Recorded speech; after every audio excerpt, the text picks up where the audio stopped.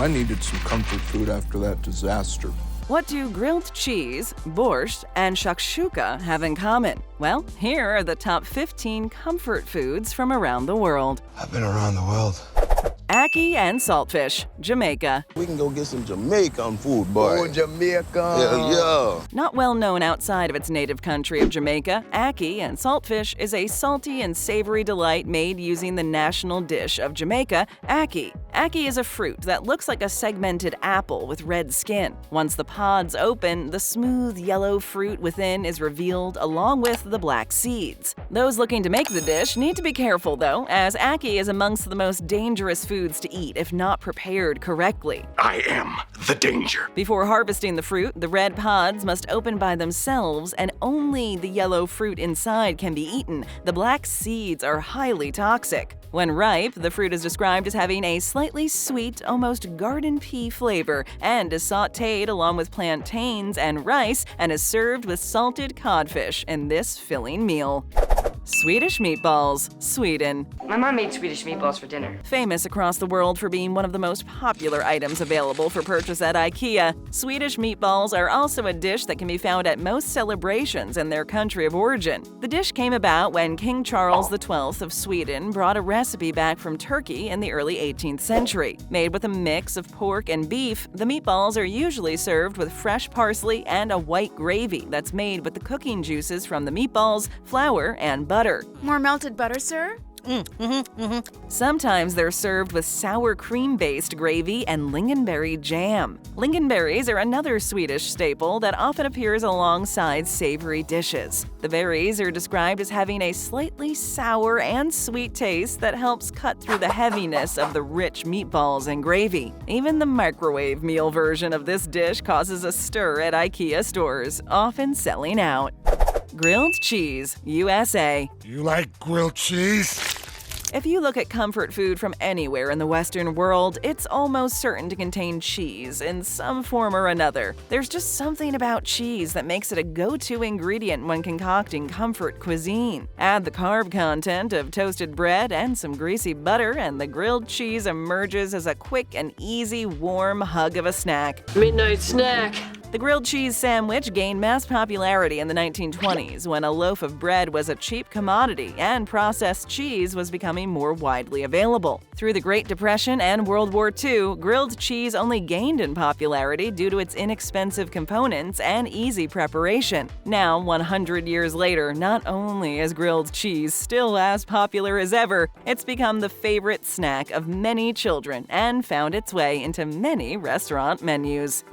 Spaghetti alla carbonara, Italy. Carbonara. There are many options for a comforting pasta dish, but one of the best and most popular options, even in the homeland of pasta, is spaghetti alla carbonara. Originating near Rome in the Lazio region, this extremely rich and filling dish features spaghetti tossed in a sauce made from egg yolks, a hefty amount of Romano cheese, and cracked black pepper. This dish is finished by tossing crispy pancetta or bacon in with the sauce and pasta and topping it with Parmesan cheese. You want some Parmesan cheese on that? Contrary to popular belief and different variations of the recipe outside of Italy, no cream or milk is used in making the sauce. Garlic is also not a traditional ingredient, although it's often thrown in by those making the recipe outside of its country of origin. While you can get a microwave-ready version of the pasta, it's no substitute for the freshly made version.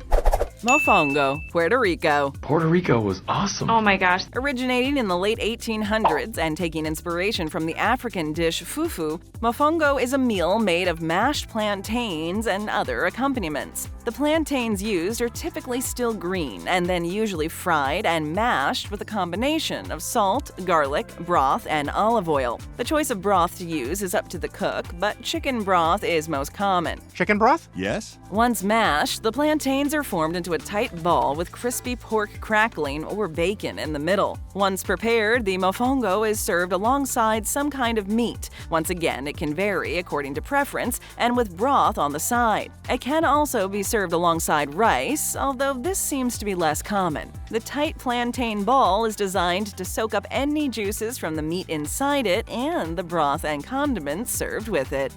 Shakshouka, Morocco. Archer, Morocco. Yeah, hang on. This Maghrebi dish is a popular meal in Morocco, with its name originating from the Maghrebi Arabic word for mixture. Where the dish began is heavily contested even today, with Morocco, Turkey, Tunisia, Yemen, and Algeria laying claim to the creation of the dish. Shakshouka is a dish of eggs poached in a sauce made from tomatoes, olive oil, peppers, onion, and garlic that is commonly spiced with cumin, paprika, and cayenne pepper. No, please! It was the cayenne pepper! The popularity of this dish increased heavily in the 1990s, with it gradually spreading across the globe. The heat and sweetness of the sauce can be easily adjusted to taste, and salty cheeses, harissa, and spicy sausage are also common additions to the meal. Shakshouka is often on breakfast menus globally because the main ingredient is eggs, although it's often served as an evening meal in its native region.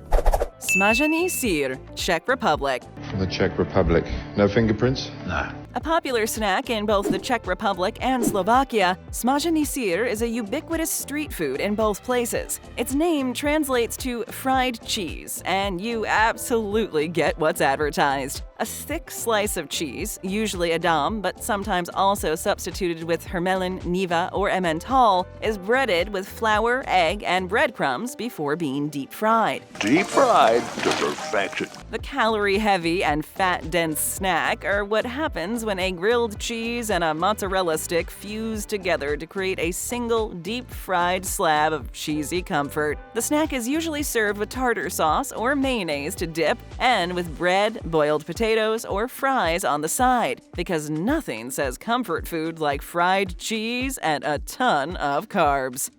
Borscht, Ukraine. His only passion now is the borscht. This instantly recognizable beet-based soup is popular in many Eastern European countries, but the most famous version by far is the original, which hails from Ukraine. This sour soup is made from a base of meat or bone broth, which then has the juice of fermented red beets added to it. The other common ingredients are typically white cabbage, carrots, onions, potatoes, and tomatoes. Not too many tomatoes. Light on the tomatoes. While these veggies are sautéed, beets are often sprinkled with lemon juice to preserve their color and then braised separately from the rest. While the soup itself is easy and cheap to make, the fermented beet juice, also known as beet sour, takes time to prepare. To create beet sour, the beets are sliced, covered with lukewarm water, and left for up to 2 to 3 weeks to ferment. The fermentation process can be sped up considerably by adding rye bread, which decreases the fermentation time to 2 to 3 days.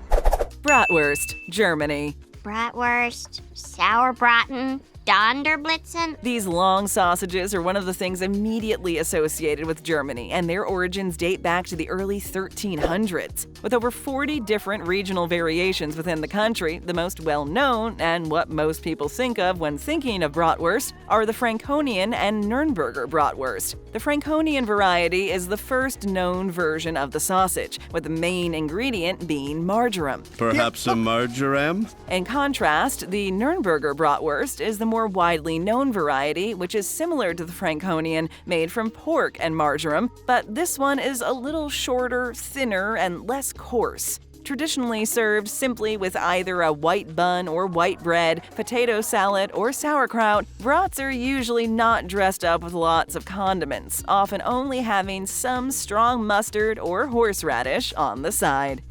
Omurice, Japan. Japanese food is like the army. The name of this dish might be a giveaway of what it is for those that don't know. This relatively new Japanese dish started appearing around the turn of the 20th century and is a simple dish consisting of a fluffy and soft omelet that is filled with rice. Originally, omurice contained relatively plain fried rice with simple flavors. Simple, elegant, delicious. But the most prevalent form of the dish these days is to fry the rice either with tomatoes or ketchup before filling a slightly runny omelet, folding it, and then cutting it open to let the still soft egg flow out with the rice. This newer version is credited to the 1985 film Tampopo, and it became so popular that it's more than likely the version of the dish you will get if you order it in a restaurant. Matzah ball soup, Israel. Matzo ball soup? That would be me. This Jewish dish has mostly unknown origins, although it's believed to have become commonplace in the 19th century. Matzah balls are made from matzah meal, created by grinding traditional crispy flatbreads into fine flour. The flour is then combined with some kind of fat like eggs or margarine and water to create the doughy dumplings. The balls are then traditionally served in a chicken soup broth and sometimes accompanied by other vegetables such as carrots and celery with a few sprigs of dill, garlic, and onions. Do I smell onions? Traditionally served at Passover, this filling take on soup and dumplings serves as a reminder of the hardships experienced by the Jewish people, with the matzah balls representing the unleavened bread that they survived on in the desert after their exile from Egypt. This meaningful and delicious dish can also be found in many delis and enjoyed year-round. Puff Puff, Nigeria. Puff Puff, yeah! This delightfully named Nigerian snack is as tasty as it is cute sounding. Puff Puffs are basically fried dough balls, similar to beignets, and are made by creating dough from flour, yeast, sugar, butter, salt, water, and eggs, which is then formed into balls and deep fried in vegetable oil until golden brown. Once fried, these light and fluffy dough balls, which should spring back when squeezed and have a slight chew, can be served plain or rolled in a variety of different flavors. Oh, so many flavors! Sugar, cinnamon, vanilla, and nutmeg are all common coatings, and they can also be served with some sweet and fruity dips. Puff Puffs can also be made as a savory snack by tweaking the recipe, and they're even sometimes served as breakfast foods. The snack is also a popular party food in Africa as they're easy to make, delicious, and versatile. Congee, China. We got shrimp, we got congee. While this dish is enjoyed in many Asian countries, congee is most prevalent in China. A rice porridge that can vary in consistency from watery to similar to oatmeal, the dish is most commonly made from white rice, which is boiled in water until it breaks down and almost becomes one mass. I make a mess of everything. The dish can be served plain with lightly salted fried dough or served with a variety of accompaniments, the most popular being salted duck eggs, bamboo shoots, pork, and tofu. The dish can also be made sweet with the addition of sugar and red beans, which are a popular dessert ingredient in Asia. There's even an autumn porridge festival celebrated by villagers where everyone gathers to eat congee together and pray for strong relationships and a smooth year. Kyufte, Middle East. Well, I don't know about food from the Middle East. Also widely known as kofta, these simple meatball-style snacks are prevalent across the Middle East. Made from almost any kind of meat or a combination thereof, and then seasoned with onion, garlic, and numerous different spices, these hearty meatballs don't even necessarily have to be spheres. The dish can be cylindrical, flat discs, or ball-shaped, and can be served in soups as a side or in a stew. They can also vary greatly in size, ranging from golf ball size to the size of an orange. That's pretty big. Kofta can also be stuffed with cheese or nuts and can be made from vegetarian alternatives or fish. In Turkey, kofta is served at communal gatherings of all kinds, and in the Armenian and Azerbaijan regions, kofta is seen as a highly culturally significant dish. Outside of the Middle East region, kofta can often be found on the menus of kebab shops alongside the traditional kebab offerings. Kare-Kare, Philippines. Philippines? What's in the Philippines? Hailing from the Philippines, Kare-Kare is a thick and savory stew characterized by its rich peanutty sauce. The base of the dish comes from stewed oxtail, beef tripe, pig's feet, and sometimes various offal. Common vegetables in the stew are cabbage, daikon, eggplant, and green beans, with the rich peanut flavor coming either from ground roasted peanuts or peanut butter with the addition of onion and garlic. Oh yeah, I love peanut butter. The stew can also be made from seafood and is often eaten with shrimp paste, chili, and calamansi juice. While the creation of this dish is still unknown, it does have 4 wildly different origin stories, with the most probable being that it originated in Pampanga, which is widely regarded as the food capital of the Philippines. This rich and savory dish is the finishing touch to any good Filipino fiesta. We've got more. Just tap or click for another great video. And hey, leave us a comment.